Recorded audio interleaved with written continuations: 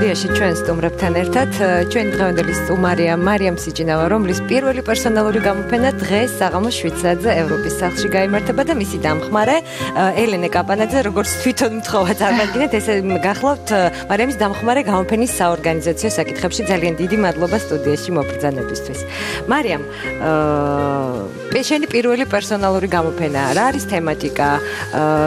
რა არის შენი სათქმელი, ასე ვთქვათ, ამ გამოფენით? საერთოდ ასე ქვია, ხო? სხვათა შორის მე მიმუშავია მარიამთან და ეს არის ერთი სიამოვნება შეიძლება ითქვას, იმიტომ რომ როდესაც ჟურნალისტი მიდიხარ თქვა რესპონდენტთან ძალიან დიდი მნიშვნელობა აქვს როგორი ფოტოგრაფია ხავს.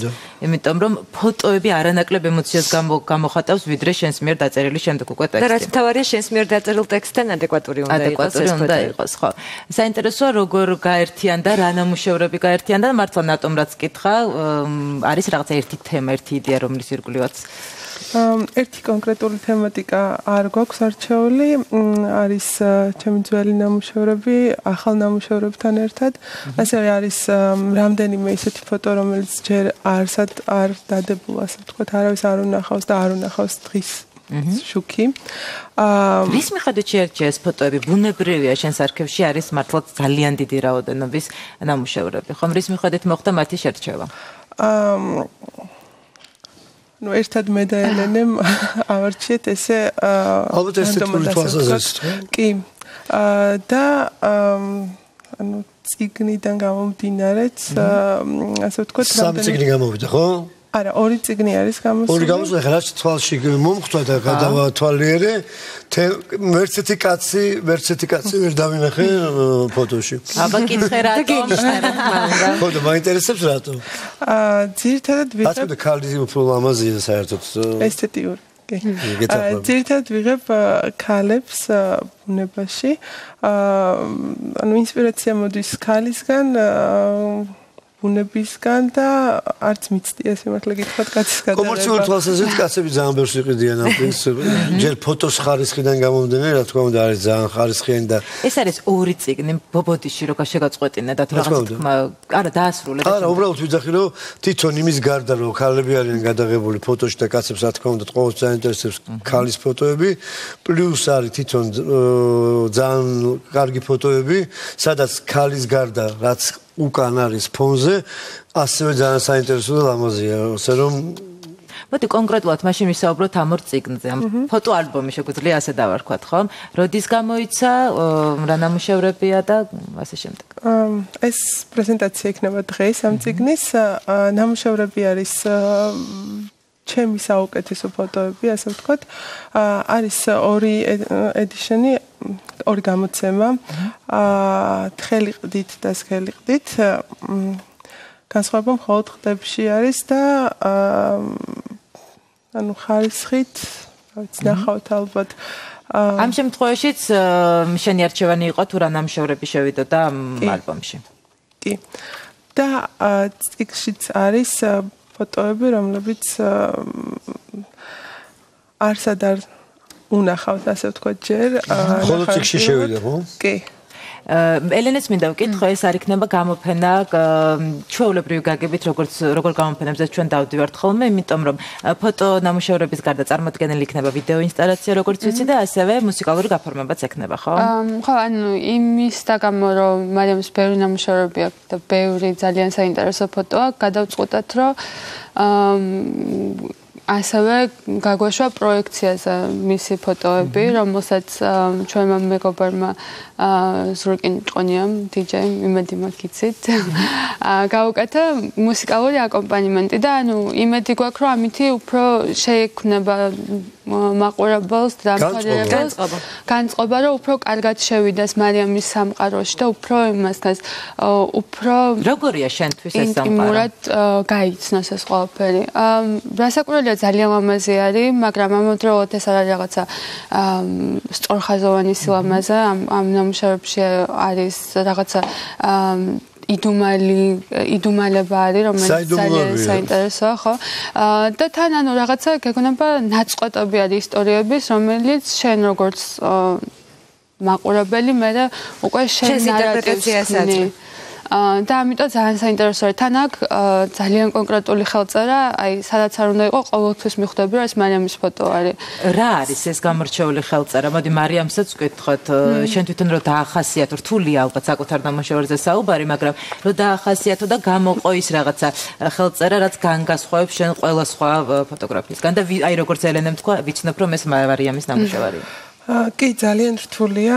ალბათ ხედვა არის მაინც პირველ რიგში.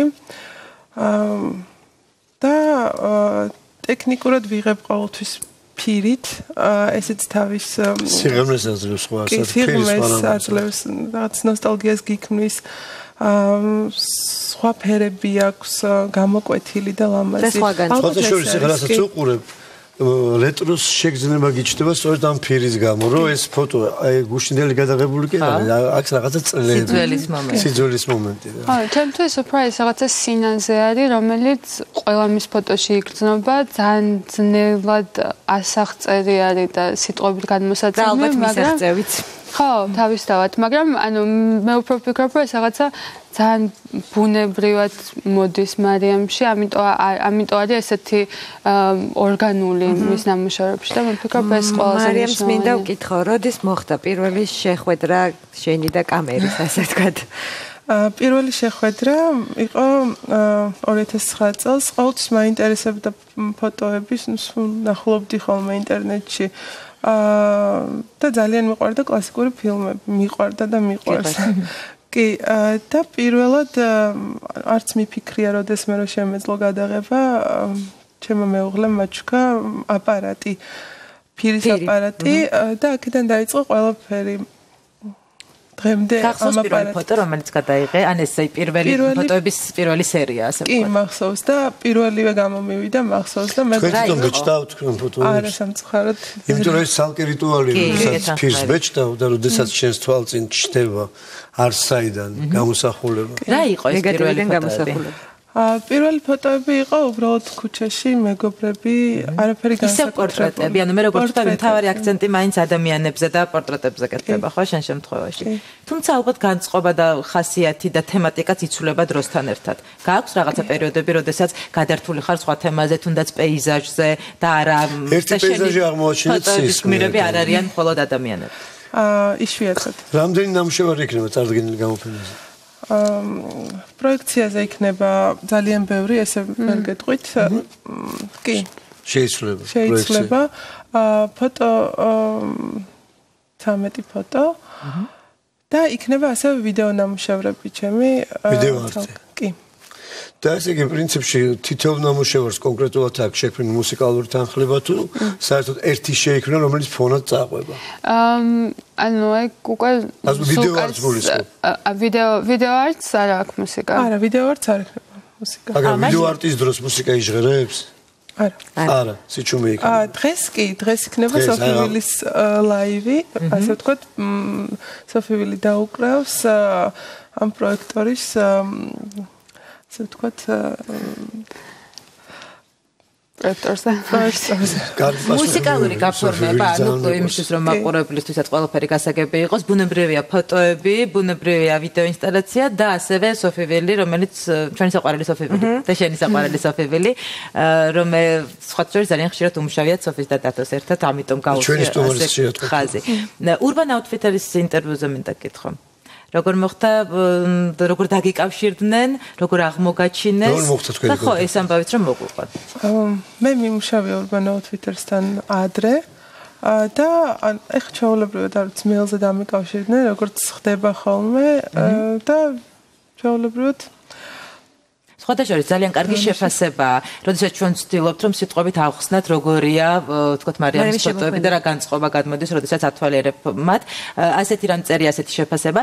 თავისი ეთეროვანი, ჰაეროვანი და ფემინური ფოტოების წყალობით მარიამს უამრავი მიმდევარი ყავს თავის ონლაინ გვერდზე. მართლაც ასია გრძნობები, ბუნებრივი შუქი, სინაზე, ჰაეროვნება ესაა ის, რასაც მარიამის ფოტოებზე ნახავთ. ესაა ის, რაც იყიდება, რადგან როგორც ჩანს, ყველას გვაკლია. მე მგონი არაჩვეულებრივი შეფასება. და მარიამს მინდა ვკითხო, რა მოლოდინი აქვს ამ გამოფენისგან? როგორ ფიქრობ გამოფენის შემდეგ რა კონკრეტული ცვლილებები შეიძლება მოხდეს შენს ცხოვრებაში, პროფესიულ არ ვიცი, მართლა არ ვიცი. უბრალოდ ჩემი მიზანი ამ შემთხვევაში არის ის, რომ გავახარო ის ხალხი, ვისაც ძალიან ბევრს გავახარდა და ჩემთვის იყო აი უდიდესი სტიმული და мотиваცია იმის, რომ გამოვიდეს ძალიან კარგი ეს ყველაფერი და ჩემთვისაც ძალიან სასიამოვნოა, რა თქმა უნდა. მოლოდინი ესე ვერ გეტყვით, რა მოქვს, არ ვიცი მართლა. მაგრამ გონია რომ რაღაც შეიცვლება და გარდამტეხი იქნება, იმიტომ რომ მაინც პირველი პერსონალური გამოფენა, პირველი ყველაზე სერიოზული ნაბიჯი ამ პროფესიაში უკვე. კი, ალბათ. გეგმები გაქვს? გეგმები ესე კონკრეტული ჯერჯერობით არაფერი, მაგრამ 6 ნოემბერს იხსნება გამოფენა ასევე ბრიუსელში. აი შენი და შენი გამოფენები საზღვარგარეთ, ესეც ცალკე თემაა და ძალიან საინტერესო. ჯერ 6 ნოემბრის გამოფენაზე გვესაუბრეთ. ბრიუსელში გაიხსნება 6 ნოემბერს ეს გამოფენა არის ძალიან ლამაზ ატმოსფეროში, ასე ვთქვათ. და არ ვიცი, ანუ გამოფენა გაყიდვა იქნება.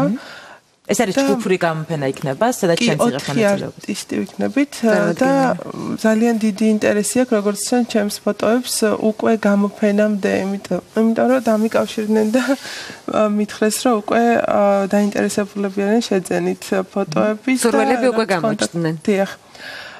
ასევე თვის ნოემბრის ბოლო კვირას იქნება წიგნის პრეზენტაცია ბრიუსელში, წიგნის სახლში.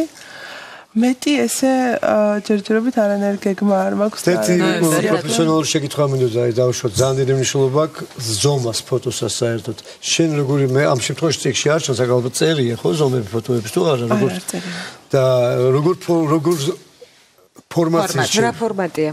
რა შენი რა არის ახლა შენთვის დიდი გადიდებული ფოტო თუ დაუშვათ უფრო ნატურალური? ეხლა მაგალითად გამოფენაზე გვაქვს 103 ზომის ფოტოები წარმოდგენილი იგივე ბრიუსელშიც ალბათ ეს არის ზომა რომელიც თქვენ გაგმოყობილებთ. თუმცა ბრიუსელის გამოფენა არ არის ხომ ერთადერთი გამოფენა საქართველოს ფარგლებს გარეთ. მე როგორც ვიცი შენი გამოცდილება ბევრად უფრო მრავალფეროვანია ამ ხრივაც.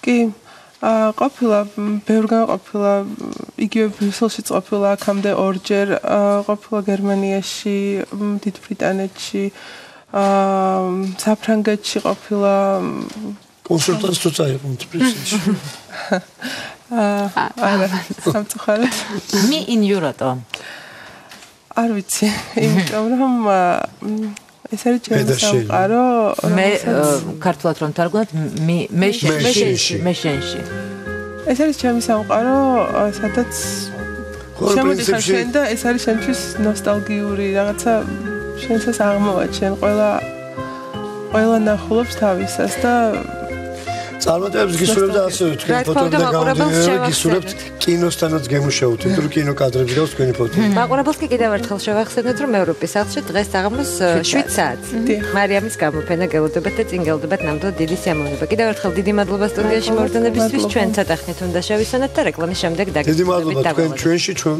თქვენში.